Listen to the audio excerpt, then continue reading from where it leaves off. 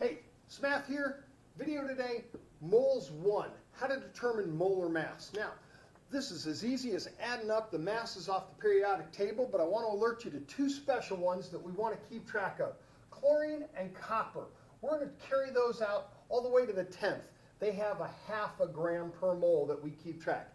Everything else on the periodic table, you can round those masses to the nearest whole number. So if we're looking at potassium fluoride, and we want to add up the molar mass of that, I find potassium on the periodic table, its molar mass is 39 grams per mole.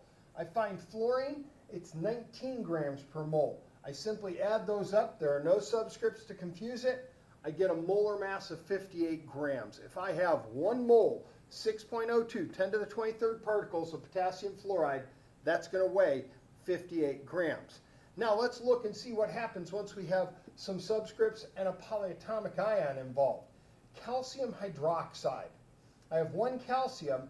What this formula is telling me is I have 2 hydroxide polyatomic ions. Remember those polyatomic ions, kids. So what I have to do is grab the mass of 1 calcium, 40 grams per mole, and then the mass of each hydroxide. 16 grams for oxygen, 1 gram for hydrogen, and since there are 2 of them, I need to multiply that by 2. So that would be 17 times 2 would be 34. 40 plus 34, the molar mass of calcium hydroxide is 74 grams per mole. Here's one for you to try on your own. Potassium dichromate. I add up the mass of 2 potassiums, 2 chromiums, and 7 oxygens. You should get an answer of 294 grams per mole.